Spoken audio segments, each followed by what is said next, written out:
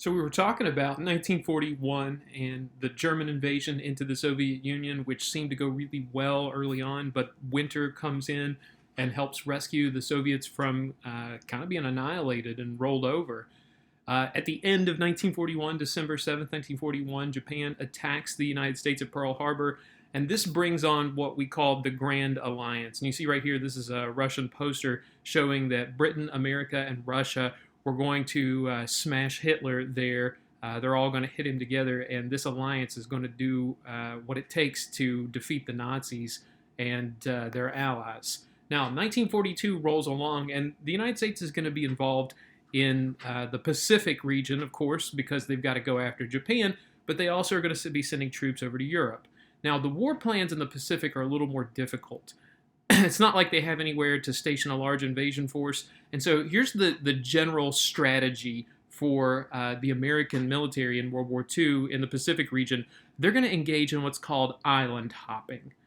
They figure that the best route to take in terms of getting to Japan is to slowly liberate these islands that Japan has taken. And what you see on this particular map, the red line that extends throughout the Pacific region and through Southeast Asia there is the extent of where Japan controlled basically their empire. And so after Pearl Harbor is attacked, that gives Japan time to invade other places like the Philippines, the area French Indochina, Malaysia, New Guinea. So Japan says, listen, we weren't able to get the United States to give us or trade the oil that we wanted, so we're going to cripple their navy at Pearl Harbor, and then we're going to go take the resources we need from Southeast Asia because there's nobody to stop us. So the United States embarks on this plan of island hopping.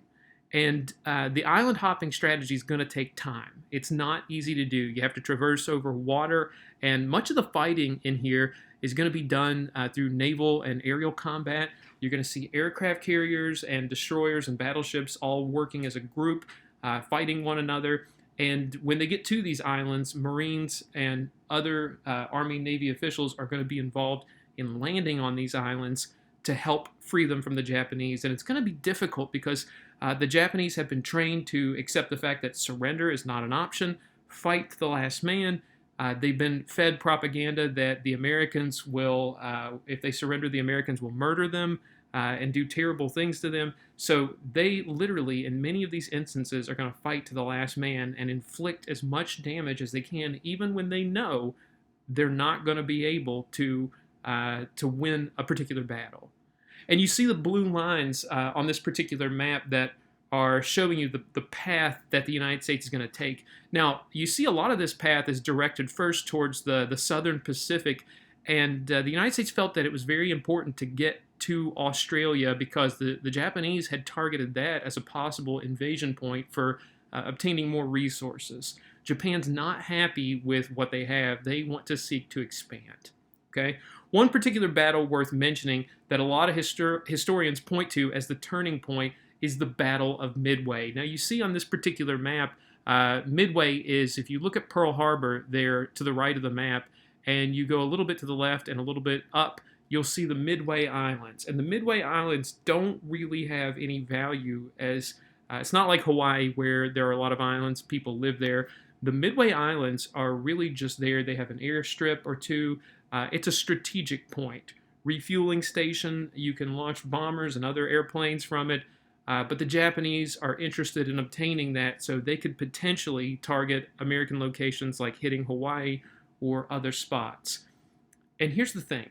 The Japanese had targeted Midway, but what they're not aware of is the United States has broken Japanese radio codes and they're intercepting their traffic. So they know they're targeting Midway, and the United States Navy is going to set up a trap, an ambush for the Japanese fleet. And what you're going to see here at Midway, the Japanese fleet comes and they think they are going to have a numerical advantage. They believe that when they get to Midway Island, this is going to be a victory for them. They think they can wipe out any remnants of the U.S. Pacific Fleet, even those aircraft carriers. They're going to get a victory, an important victory in their mind, and they believe this is going to be the path to victory.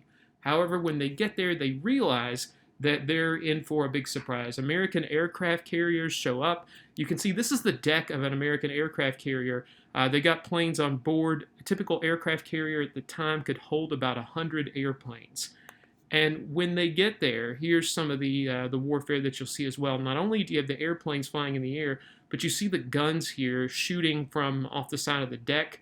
You see this as a smoking tower. American aircraft are off the deck and out in the air, and carriers are surrounded by other ships trying to protect it, but at the same time, it's difficult to do. When it's all said and done, over a 2.5-day period, the United States almost perfectly executes an ambush, and you see here the most important thing. There are a lot of ships involved.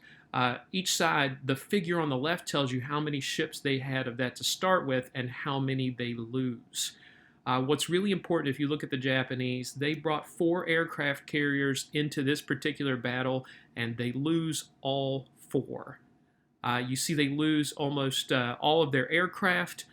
They're also going to lose a cruiser as well. And America loses a destroyer and an aircraft carrier, which obviously are difficult. But here's the real difference in the Battle of Midway. Japan losing all 4 aircraft carriers is detrimental because they really don't have the resources and the industrial capability of replacing those as fast as the United States could. Japan is in trouble at this point, and most historians, well, this is why they tell you that the Battle of Midway, before the Battle of Midway, that's the high point for the Japanese Empire. After Midway, it's pretty clear that America is going to be able to slowly work its way over to Japan with the island hopping strategy. It's not a matter of if the United States is going to win, it's a matter of when it's going to happen. All right? So 1942, America starts looking good over there in the Pacific region with the Battle of Midway. There's a couple other battles. If you want to look up the Battle of the Coral Sea, that's really great as well. Now, 1942, America's also sending troops over to North Africa. And the United States and Great Britain are going to combine military forces and invade North Africa, which seems kind of strange because you're like, hey, isn't the war going on in Europe? And the answer to that question is yes, but the Nazis and the Italian army had control of North Africa, and the reason that they had wanted it because North Africa has vast oil resources that a military needs.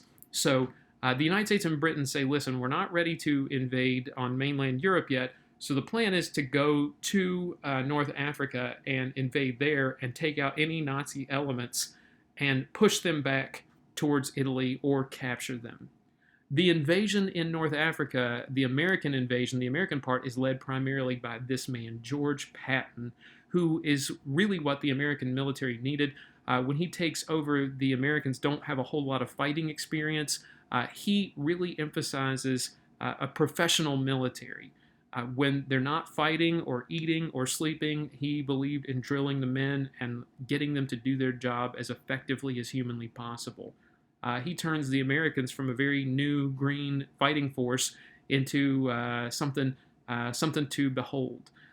With his help and the British help, it's going to take them several months, but they're going to be able to push the Nazis out of North Africa. And while that's going on, you're seeing the Soviet Union in 1942. The Soviet Union is going to start to push back against the Nazis. Early on in 1941, for the latter part, once the fall and the winter of 1941 start to set in 1942, the Soviet Union at Stalingrad is going to start pushing back against the Germans. This is where things begin to turn around.